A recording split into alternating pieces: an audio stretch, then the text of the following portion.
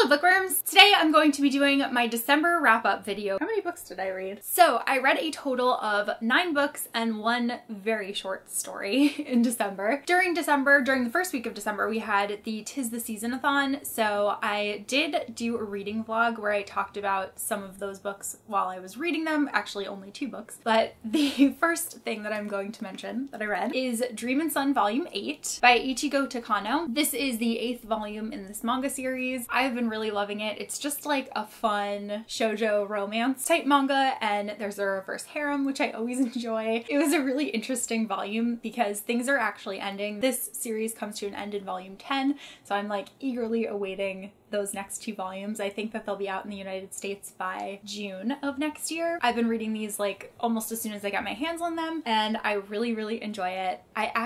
So I meant to tell you guys that I filmed a whole video of all of the graphic novels and manga that I read from January to like August of 2018, and I for some reason never got around to editing it or posting it, so I think that I'm going to be doing that for you within the coming weeks if you're interested in seeing the rest of the manga and graphic novels that I've read, because I do want to talk about those. I've now since started incorporating them into my monthly wrap-ups because I was doing like the 1 to 5, like books 1 to 5, books 6 to 10 type wrap-ups, and that wasn't working to include the graphic novels and manga, and I feel like it lends itself better when it's in a monthly wrap-up, but I don't want to go without having posted that, so let me know if that is something that you guys want to see. I'm pretty certain that I'm going to be posting it shortly. I talked way in depth about this for volumes 1 through 7 in that video, and I really can't spoil anything because it's volume 8, but it's about a girl who lives in this apartment with a whole bunch of other guys, and it's just really cute, and I really love Zen, and I enjoy this series very much. It's the same author who wrote Orange, but it is a total 180 from that story. This is like cute and fun, whereas Orange is very heavy and like touches upon very deep topics, and this is just fluff. So I like this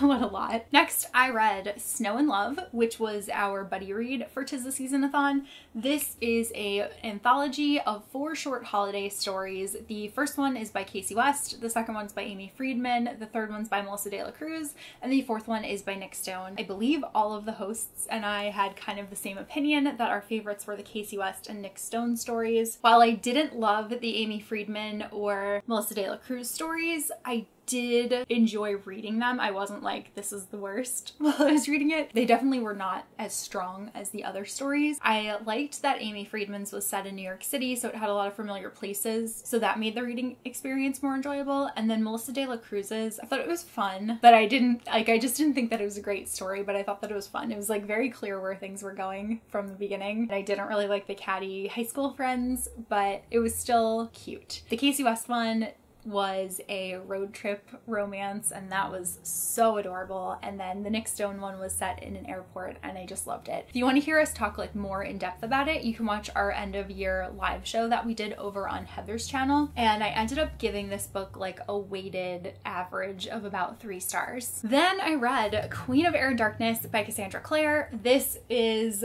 one of the biggest books that I read this year. It's just huge, but I really loved it. It went totally out there. Like, there were so many things that I was reading and I was just like, I can't believe this is happening. It was so crazy. I was very thankful that I had some friends who had already finished it by the time that I was still reading it, because I was able to text them and like talk about things, because it was just crazy. I could not believe what went on in here. I really loved the Dark Artifices overall. I think it was a really great series. The way that it wrapped up was really interesting, but I enjoyed every minute of it. In my opinion, it's not like the greatest conclusion of a series, but I very much enjoyed reading it, and just because I love the characters so much, so that really added to my enjoyment. But there were some things that I was just like, what? But I still like overall loved it. Again, don't want to get into spoilers because it's the 3rd book, but this got me very excited for what is coming in the Shadowhunter world. Chain of Gold, Can I Have You Now? And yeah, I really enjoyed my time with this book, and I ended up giving it 5 out of 5 stars. Next, I read Girl Made of Stars by Ashley Herring Blake. This was a really tough read. I had been meaning to read it for quite a while, but it is a very heavy topic. There were times where I had to put it down because I was just like, this is a lot to handle. But it follows a girl and her twin brother Owen. Her best friend Hannah actually accuses Mara's twin brother of raping her, and Mara has to kind of come to terms with figuring out her feelings and seeing if she believes that this is something that her brother, who she loves so much, would do, even though she knows that she also like doesn't believe that her best friend would ever lie about something like this. So it's just like really tough to get into Mara's head, and she's just dealing with a whole bunch of other things too as this is all going on. It's really, I think it's a really important read, and it was really interesting to be in Mara's head and see the way that she worked out her feelings. I thought that she was a very strong character, and I think that it was really well written. I think that it handled the subject matter extremely well, and I would definitely recommend this to everyone to read. I think it's a really important read, but like I said, it was very heavy, so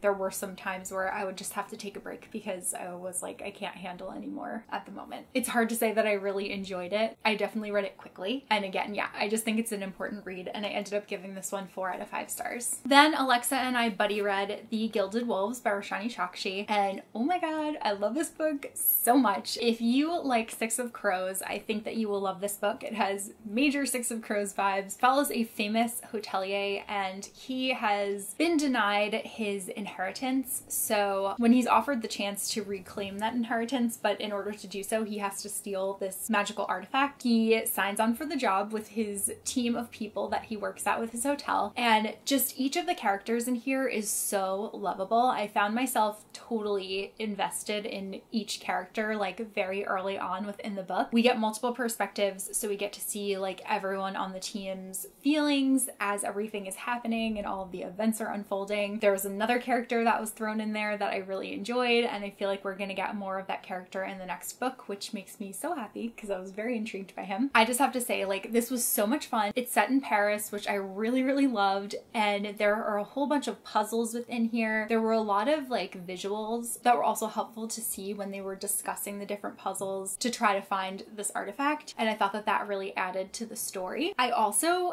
was completely shocked because I read The Star-Touched Queen by Roshani Chokshi, and while I did really like her writing, I ended up not loving that book overall, but this one felt like it was written by a completely different author. Like, her writing style was not the same at all. So if you're hesitant because of a past book, I would say that you should still definitely give this one a chance, because I ended up really loving it, and like way more than I thought that I was going to. And like I said, it's because those characters, like, you just get so invested in them. I want more like short stories of them just doing everyday things, because they were such like a cute, fun, like crew of people. This was honestly just like such a pleasure to read, and I'm so glad that I had the opportunity to do so and to read it early, because now I can tell you guys for sure that you need to go and get it. And I ended up giving The Gilded Wolves 4 out of 5 stars. Then this is where my TBR kind of went like all over the place.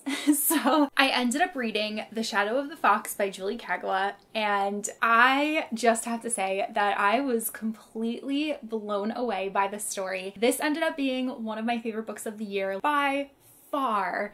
To everyone who told me that this book is an anime, you could not have been more correct, and I thank you from the bottom of my heart, because the love that I feel for this book knows no bounds. I was like, okay, I'll probably like think that it's okay, but I like deeply love this book. And I had been like kind of worried about 2019 because I feel like a lot of series that I really enjoyed had either wrapped up in 2018 or in 2017, and I was like, the only like YA fantasy series that I find myself like really looking forward to is like The Cruel Prince, The Wicked King, and my god, I need to get my hands on the 3rd book whenever I possibly humanly can. That's like the one series that I'm just like dying for. But now I'm dying for Soul of the Sword. I have like a Cruel Prince level obsession with The Shadow of the Fox. So you guys know how intense that is. And I also realized that I have not yet said anything about the book except for my like professing my love to it. This follows a girl named Yumiko, and she is a yokai, so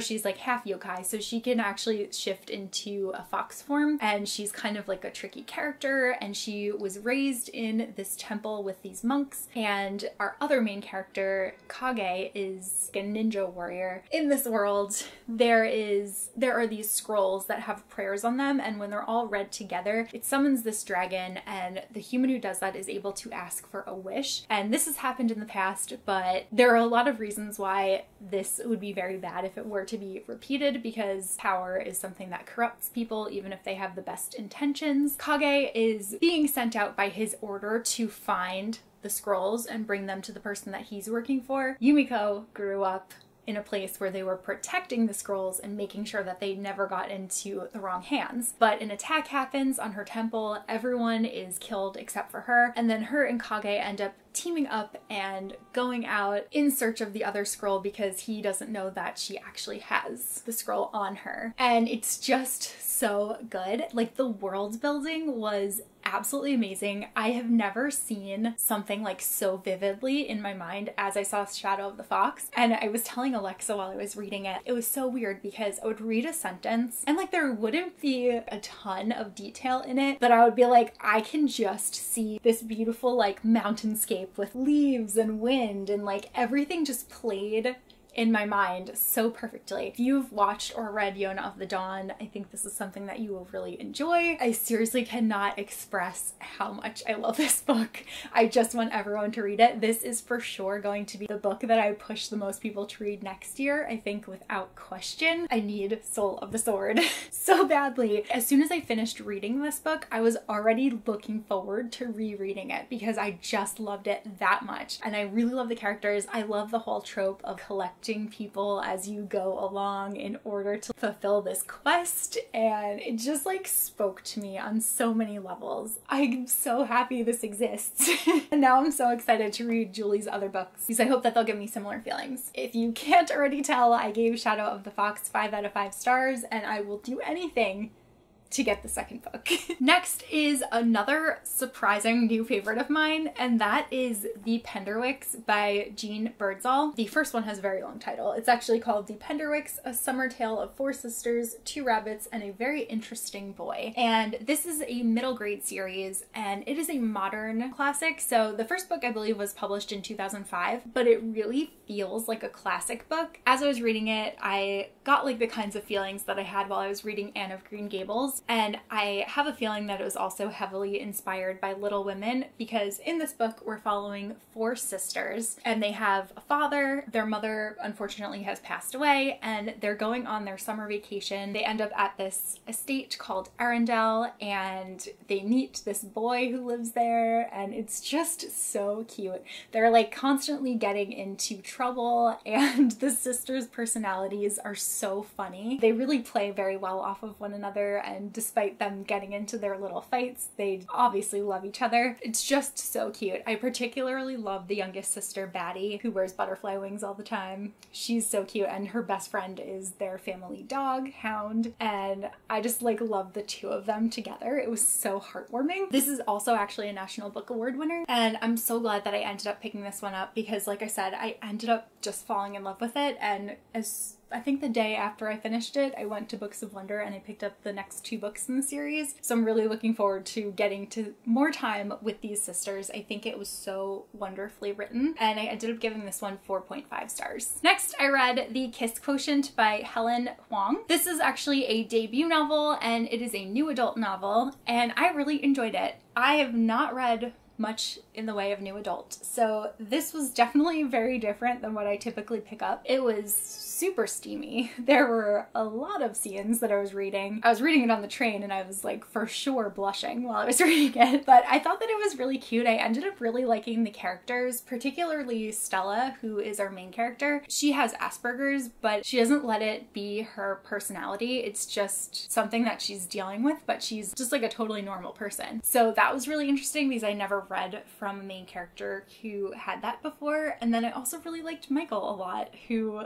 looked like a K-drama star, and his family was so endearing. I really loved all of the scenes with them, which I wasn't expecting, because the funny thing is, like, I know people go into new adult for those like smutty scenes, but what I really loved about it was Michael's family, and of course I loved the relationship between Stella and Michael, even though it definitely frustrated me at points because I just wanted them to communicate better. Actually, the whole premise of the book is that Stella is worried that she is bad at relationships and sex, so she hires a male escort who is Michael, and she asks him to give her lessons so that she can get better at these kinds of things, but obviously the two of them start falling for one another, and it's just so cute. I really truly enjoyed it. And there's a companion novel that's coming out in 2019 called The Bride Test, and it follows a different character in Michael's family, and I'm so excited to read that one. And I ended up giving this one 4 out of 5 stars. Then I read that very short story that I told you about. I read A Very Declan Christmas by Maggie Stiefvater. This short story is so short that it was only 4 pages, but Maggie still managed to make me cry within it. As you might know, The Raven Boys is one of my favorite series of all time, and this was a Christmas story set in the world of the Raven Boys, following Declan and Ronan and the whole Lynch family, and I really, really enjoyed it. It was, again, super, super short, but she managed to give me enough that it like fulfilled me, even though I obviously wanted more because it was only like 4 pages. But it was a really fun surprise, and I'm glad that it existed. And like I said, it made me cry. I think it's like kind of too hard to give it a rating because it was so short,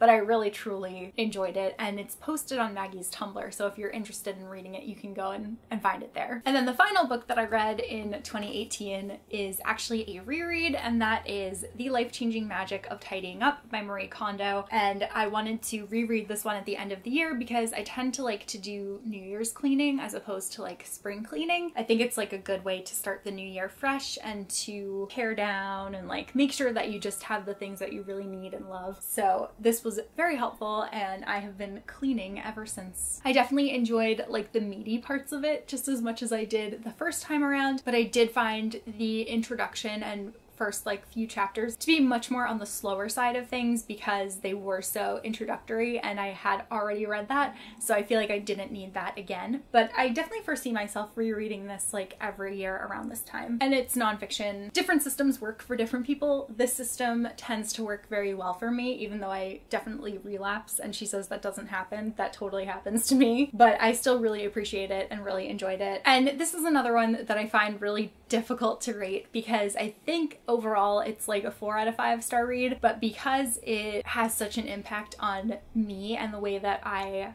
clean, different philosophies that I've taken from it, it feels like 5 stars to me, but I don't think that it is like a full 5 star. So those are all of the books that I read in December. Let me know if you've read anything that I mentioned. If you have not yet read Shadow of the Fox, please do so. It was incredible. It was really just incredible. If you like Japanese culture at all, go read it and then thank me, because you will.